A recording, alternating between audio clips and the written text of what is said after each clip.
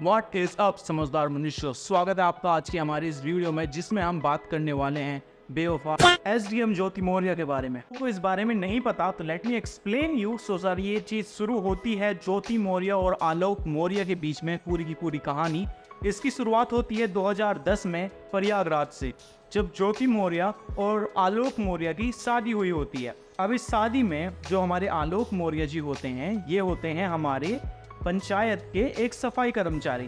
कहा जाता है कि उन्होंने झूठ कह के शादी हुई, बट वो सब बात की बात है। अभी की बात मैं आपको एक्सप्लेन करता हूँ। सारी की सारी चीज़ शुरू होती है उनकी शादी से। उनकी शादी हो चुकी होती है, वो पंचायत में सफाई कर्मचारी होते हैं और हमारी ज्योति मौर्य जी होती हैं, वो एक सपना रखती हैं कि वो आगे चल के कुछ गवर्नमेंट जॉब, बढ़िया गवर्नमेंट पोस्ट पे पहुंच जाएं। सो शादी के बाद ज्योति मौर्य जी अपनी पढ़ाई कंटिन्यू रखती हैं। आलोक मौर्य उनका साथ देते हैं, उनकी पढ़ाई में पैसा लगाते हैं, कोचिंग वोचिंग, आपकी बुक्स वुक्स सारा पैसा लगाते हैं।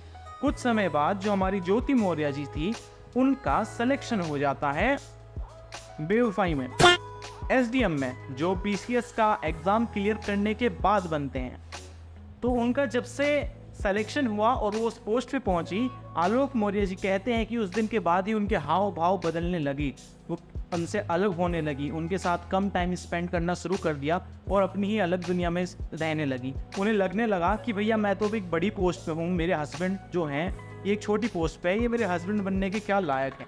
उनके एसडीएम बनने के बाद एक और चीज़ जो सामने आई, लाइक जो हमने जानी, तो उनके एसडीएम बनने के बाद ये बात है 2020 की, जब उनकी फेसबुक पे एक मनीष दुबे नाम के लड़के से, लौंडे से उनकी दोस्ती होती है और वो दोस्ती अचानक ही प्यार में बदल जाती है और वो दोनों आपस में बात करते रहते हैं फेसबुक पे।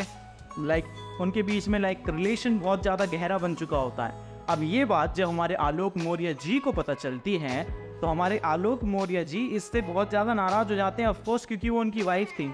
तो इस बात का जब ज्योति मौर्य जी को पता चलता है कि आलोक मौर्य जी को ये बात पता चल चुकी है, वो उसके बाद आलोक मौर्य जी से दूरी बनानी शुरू कर देती है और अपने बच्चे जितने भी थे उनके, उनसे भी दूरी बना लेती है।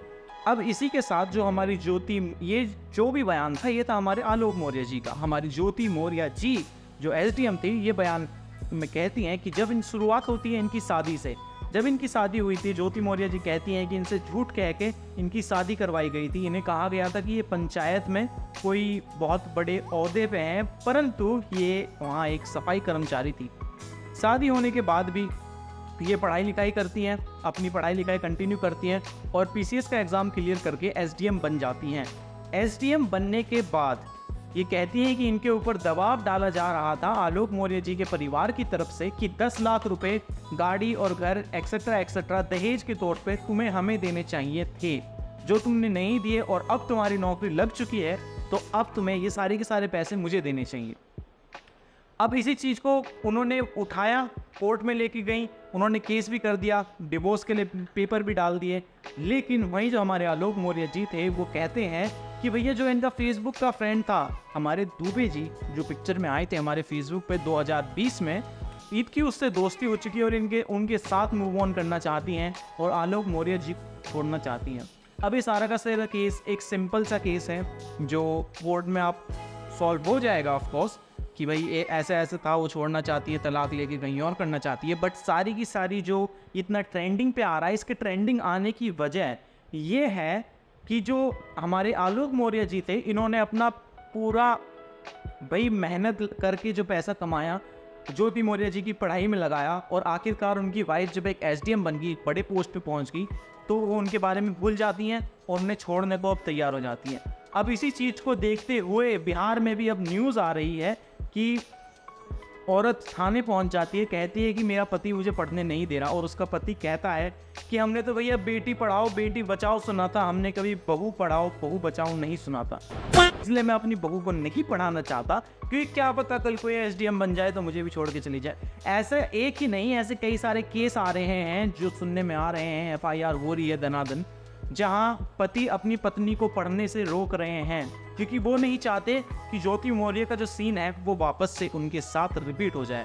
अब जब ये सारा सीन चल रहा, इसके दौरान ही हमारे आलोक मौर्य जी जो थे वो डायरी लेके पहुंच जाते हैं हमारे रिपोर्टर्स के सामने, न्यूज़ के सामने, और हमारी पुलिस के सामने कि उस डायरी में मैंने लिख रखा है, या फिर उनकी जो डायरी थी उस डायरी में लिखा हुआ था कि हमारी ज्योति मौर्य जी जो थी इन्होंने किस किस टाइम किस किस लोगों से कितना कितना घूस लिया। तो इसके अगेंस्ट भी वो FIR करना चाहते हैं, उन्हें रोकना चाहते हैं। अब आपको क्या लगता है कि ये बात पॉलिटिक्स पर आके रुकती है, पैसों की पॉलिटिक्स की भैया ये मुझे पैसे दे दे, या वो कहती हैं वो हमें पैसे दे दे, या फिर ये सारी के सारा बस आपसी मामला है इन दोनों का जिस पे हमें ज़्यादा ध्यान नहीं देना चाहिए? क्या आपको भी लगता है कि अपनी वाइफ को पढ़ने से रोकना जो ट्रेंड में आता जा रहा है ये गलत है कि ये सही है? प्लीज़ कमेंट सेक्शन में कमेंट करके ज़रूर बताइएगा। और अगर आपको ये वीडियो बढ़िया लगी तो इस वीडियो को लाइक करिएगा। अगर चाहते हैं कि ये इन्फॉर्मेशन जो ट्रेंडिंग इन्फॉर्मेशन है, जो न्यूज़ है राइट नाउ, उसके बारे में कई बार जानकारी हमें नहीं मिल पाती, जो मैं आपके लिए पेश करता हूँ सब कुछ एक्सप्लेन करके, चिट्टा पट्टा जो कुछ भी है वो खोल के मैं आपके सामने लाता हूँ। अगर आपको ये चीज़ पसंद आती है तो हमारे चैनल को सब्सक्राइब कर दीजिए, आगे भी वीडियो आती रहेगी। लाइक कर दीजिए हमारे चैनल को अगर आप कोई वीडियो बढ़िया लगी, इसमें सारी की सारी जो इन्फॉर्मेशन हमने कलेक्ट करी और एक साथ दी। एंड यही है बस आज के लिए। Thank you, bye.